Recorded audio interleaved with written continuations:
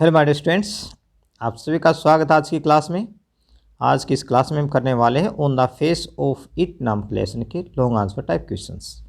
इस वीडियो के अंदर मैंने 8 क्वेश्चन जो हैं इस क्लास में 8 क्वेश्चन शामिल किए हैं और सभी आठों के आठों क्वेश्चन का आंसर रहेगा एक। हाँ जी, बिल्कुल आपने सही सुना है, 8 ही क्वेश्चन हैं जो बहुत ही ज़्यादा इम्पोर्टेंट हैं और उन सभी का आंसर रहेगा एक, वो भी लिमिटेड सी लाइनों में। तो फिर मैंने आपके काम को कैसा बना दिया, बिल्कुल आसान से भी आसान बना दिया। अभी भी आप पास नहीं हो गए तो फिर आपको कोई भी नहीं पास कर सकता, ठीक है। क्योंकि इतने सारे क्वेश्चन यदि आप अलग अलग करते तो बहुत ही ज़्यादा एनर्जी, बहुत ही ज़्यादा टाइम लगता। लेकिन आपके काम को आसान बनाने के लिए, आपके नंबरों को बढ़ाने के लिए मैं आपके लिए कितनी मेहनत करता हूँ, तो आप भी थोड़ा सा सहयोग करें, ठीक है। वीडियो को लाइक और शेयर करते रहें, ठीक है। तो पहला क्वेश्चन देख लेते हैं। Dairy is a victim of his own complex. Dairy क्या है? अपने ही कॉम्प्लेक्स का, अपनी जटिलताएं, अपनी ही जटिलताओं का वो शिकार रहता है। Do you find some change in him in the end. क्या आप अंत में उसमें कुछ परिवर्तन पाते हैं? देखो, बिल्कुल परिवर्तन होता है। स्टार्टिंग में हमने देखा कि डैरी कैसा था। डैरी बिल्कुल ही निराश रहता था, लोगों से दूरी बनाए रखता था, अपने जले हुए चेहरे से वह निराश रहता था। लेकिन जैसे जैसे मिस्टर लैम के संपर्क में वह आता है, उससे बातें करता है, धीरे धीरे उसके अंदर भी पॉजिटिविटी जो है वो भर जाती है, ठीक है।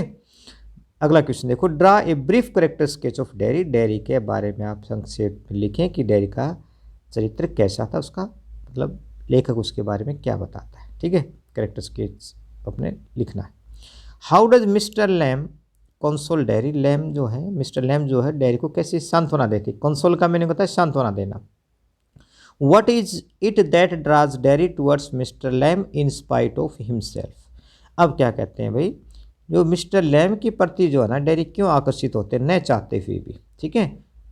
क्योंकि वह सभी लोगों से ही नफरत करता था, उनमें नाम मिस्टर लैम भी था, ठीक है। तो लेकिन शुरुआत में तो नफरत करता, लेकिन धीरे धीरे जैसे बातें करता है तो उससे के प्रति वो आकर्षित हो जाता है। ऐसा क्यों होता है, ठीक है। अगला क्वेश्चन देखो। How did Derry get attracted towards mister Lamb. Derry जो है मिस्टर लैम के प्रति कैसे आकर्षित हुआ। एक्सप्लेन, इस बात को स्पष्ट करें।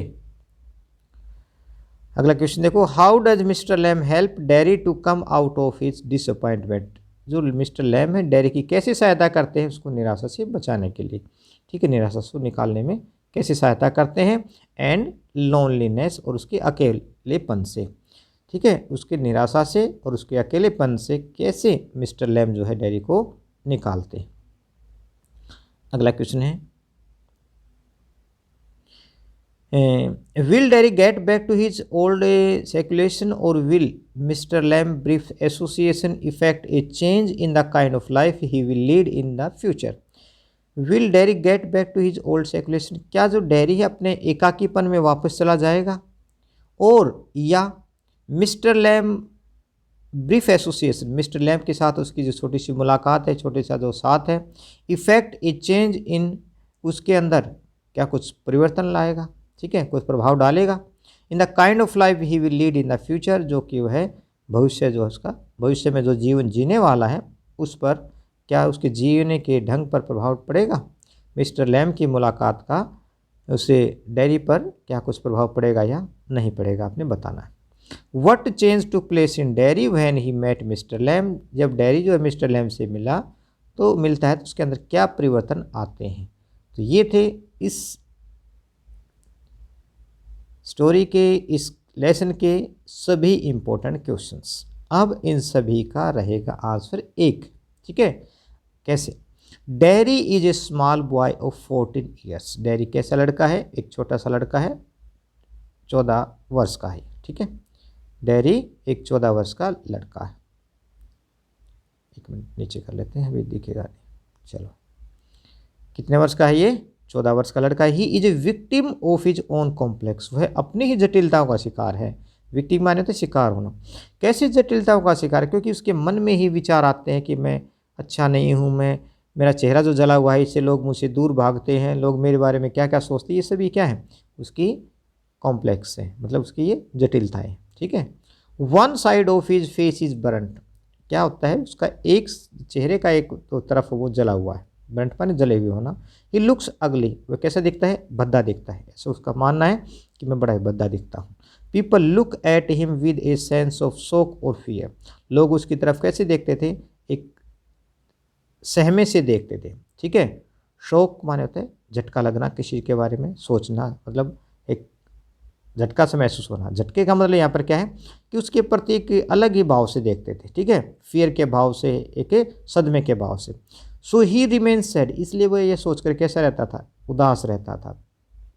He thinks that people hate him, वो ये सोचता है कि लोग उसे नफरत करते हैं। So he keeps away from people, इसलिए क्या करता है, लोगों से दूरी बनाए रखता है। But when he comes in to Mr Lamb's contact या Lamb's contact, his thinking changes, लेकिन जैसे ही वह मिस्टर लैम्प के कॉन्टैक्ट में आता है, उसके संपर्क में आता है, तो उसकी विचारधारा बदल जाती है। Mr Lamb shows no shock और fear on seeing Derry's burned face, Mr Lamb बिल्कुल भी डैरी के उस जले हुए चेहरे को देखकर कोई उनको सदमा नहीं पहुंचता, किसी प्रकार को डर नहीं लगता, जैसे कि आम लोग उसके साथ करते थे, ठीक है। Rather he talks to him in a loving manner, इसके विपरीत क्या करता है, वो उनसे बड़े प्यार से बातें करता है। लविंग मैनर माने प्यार से बातें करना, प्यार के तरीके से बातें करता है।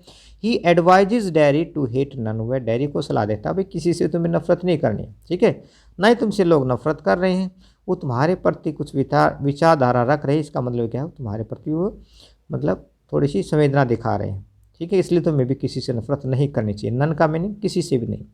हैटर्ड is more dangerous than acid, क्योंकि नफरत क्या है ना, वो तो एसिड से भी कहीं अधिक खतरनाक है। एसिड क्या करती है, किसी भी व्यक्ति को बाहरी रूप से जला देती है ना, लेकिन नफरत तो आदमी को अंदर से जला देती। इसलिए मिस्टर लैम ने क्या कहा डायरी को कि भाई ये जो नफरत है ना, वो तो एसिड से भी कहीं अधिक खतरनाक है। He tells Darry not to think of his burn face, वे डैरी को सुझाव देते हैं, डैरी को कहते हैं अरे भाई तुम अपने जले हुए चेहरे के बारे में मत सोचो, ठीक है। He says that Darry has two arms, वो उसको समझाते हैं भाई डैरी तुम्हारे क्या है, दो आर्म्स है, तुम्हारी दो बाजुएं, दो हाथ हैं। टू लेग्स, दो टांगे हैं। आइज, दो आँखें हैं। टंग, एक जुबान है। एंड ब्रेन, और एक दिमाग है, ठीक है। And if he has a frame mind, यदि उसका दिमाग सही है, संतुलित दिमाग है, he can do better than others, वो दूसरों से कहीं अधिक अच्छा कर सकता है। Dairy is much impressed by all this, ये सारे विचारों को सुनकर डैरी को बहुत ही अधिक मतलब प्रभाव पड़ता है। इम्प्रेस्ड मतलब प्रभावित हो जाना, डैरी बहुत ही अधिक प्रभावित हो जाता है इन सभी शब्दों को सुनकर। Now he wants to live the way mister Lamb has been living, अब वो भी मिस्टर लैम के जीवन के तरीके से ही अपने आप को मतलब रखना चाहते हैं, वैसा ही जीवन जीना चाहता है जैसा कि मिस्टर लैम जी रहे हैं। मिस्टर लैम कैसे जीवन जी रहे हैं, पॉजिटिव जीवन जी रहे हैं, ठीक है, सकारात्मक सोच का जीवन जी रहे हैं।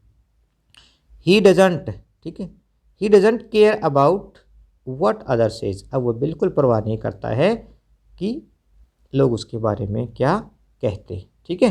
तो ये था हमारा सभी क्वेश्चन का एक ही आंसर, ठीक है। तो मुझे उम्मीद है इससे आपको काफ़ी सहायता मिलेगी, और इससे आसान शायद कुछ हो भी नहीं सकता, ठीक है। तो आप इसको कॉपी में लिखें और उसको याद करें, ठीक है। जो भी आप याद करते हैं ना, चाहे आप इन लाइनों को चाहे आप 2 दिन में याद करो, 3 दिन में याद करो, थोड़ा थोड़ा जितना भी याद होता है ना उसको लिख कर जरूर देखें, तभी आपको फुल मार्क्स मिलेंगे। क्योंकि यदि आपकी स्पेलिंग मिस्टेक हो जाती है तो याद करने का कोई फ़ायदा नहीं है। तो याद करके लिख कर जरूर देखिए यदि आप चाहते हैं कि अच्छे नंबर आएँ। तो ये सबसे बड़ा मंत्र है, याद करना और लिख कर देखना, ठीक है। तो जल्दी ही मैं दूसरी क्लास लेकर आऊँगा, दूसरी वीडियो लेकर आऊँगा, तब तक आप इनको याद करें और एग्ज़ाम की तैयारी करते रहें।